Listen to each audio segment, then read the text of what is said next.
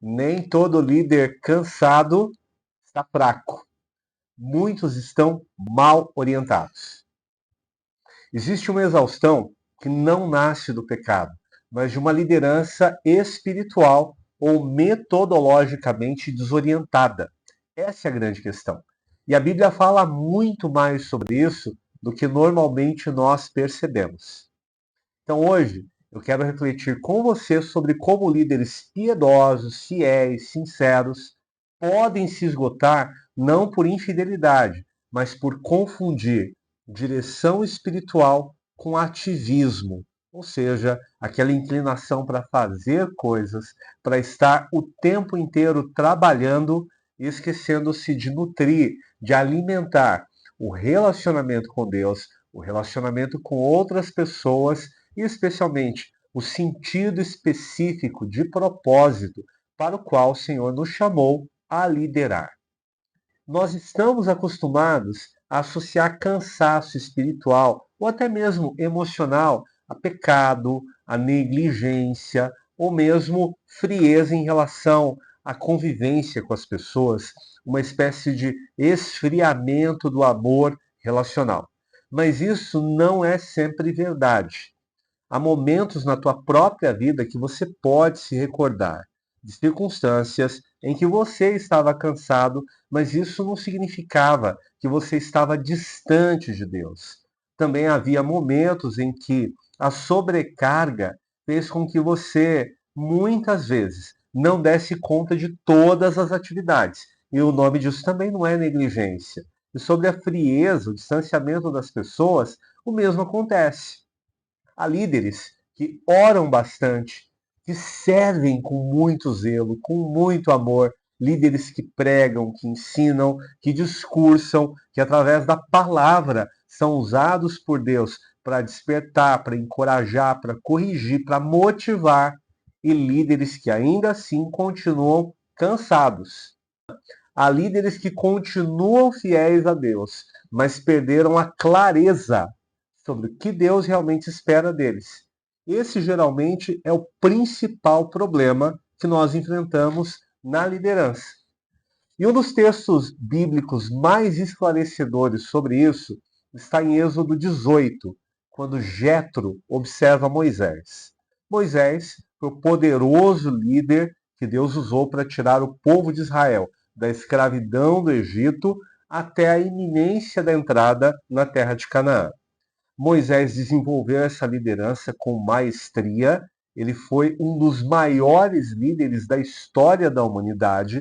E houve um momento em que Jetro, seu sogro, foi visitá-lo enquanto ele estava trabalhando, atuando na sua liderança. Qual é a grande situação? Moisés julga o povo sozinho.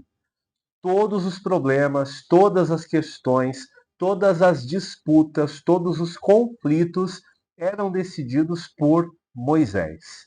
Havia mais de 600 mil homens sob a sua liderança, sem contar as mulheres e as crianças. E ele era o responsável por avaliar todos os problemas, julgar e decidir todos os conflitos daquele povo.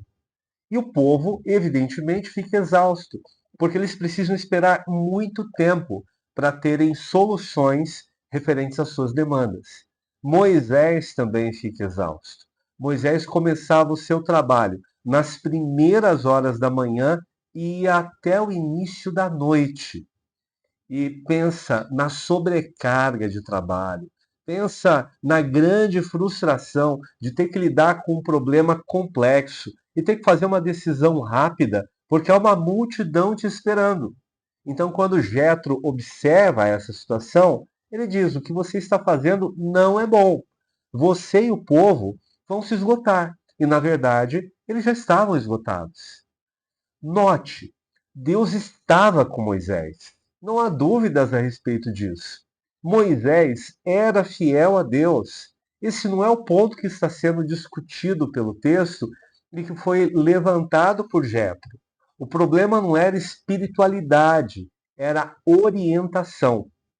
E Deus usa Jetro repreender Moisés Não por falta de fé, por falta de confiança, por falta de fidelidade, de devoção, por estar com a motivação errada, mas pela má administração do seu chamado, da sua liderança pessoal. E essa é a grande questão.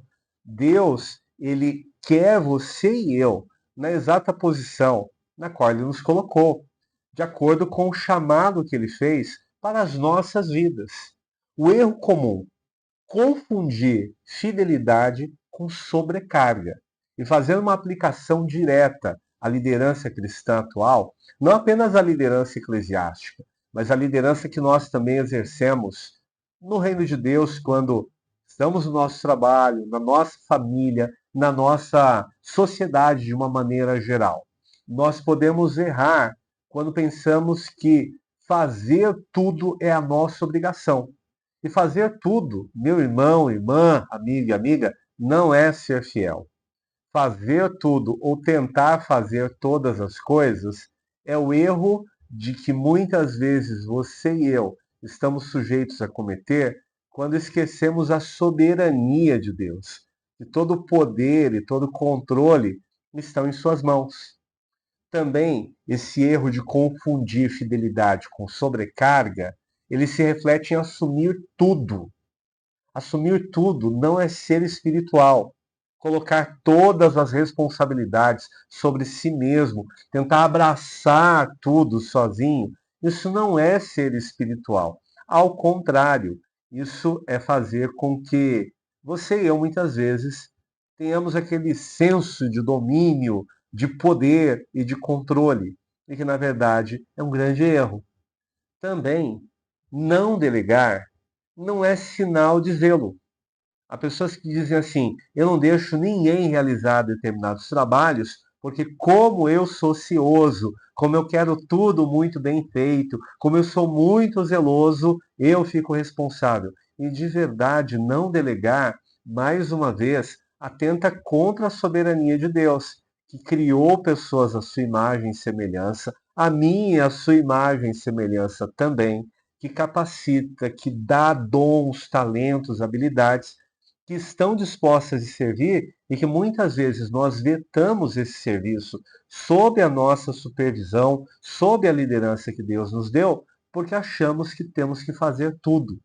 E quando tudo depende de você, quando tudo depende de mim, ah, algo está errado na nossa compreensão de liderança.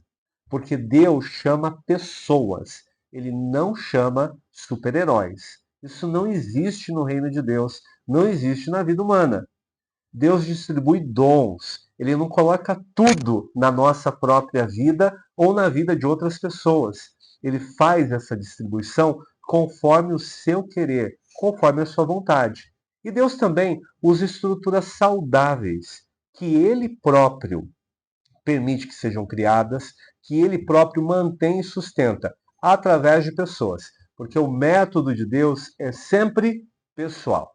Deus sempre lida com pessoas. Mas essas pessoas precisam estar saudáveis diante de Deus. Ele, como você já ouviu diversas vezes, pode usar vasos que aos olhos humanos não sejam muito bonitos, mas esses vasos devem estar limpos, íntegros. Então, nós vamos ver três sinais de uma liderança mal orientada. O primeiro sinal é o constante cansaço sem alegria no serviço. É aquela situação que a pessoa trabalha, trabalha, trabalha e ela perde completamente o prazer na obra do Senhor, no trabalho que está sendo realizado. E esse cansaço constante que tira a alegria faz com que a gente deixe de celebrar as conquistas, as vitórias, as realizações que Deus nos permite usufruir. Segundo grande sinal de cansaço ou de uma liderança mal orientada é a dificuldade em dizer não, mesmo quando isso é necessário. E aqui há pessoas que são muito voluntariosas, que elas querem servir, que elas querem ajudar, que elas querem ser instrumentos de Deus e realizar cada vez mais. Só que se você não definir prioridades e o exercício da liderança requer a definição de prioridades, requer que você e eu tenhamos maturidade para identificar a obra que Deus quer que você, que eu realize especificamente, o chamado pessoal que ele fez para nós.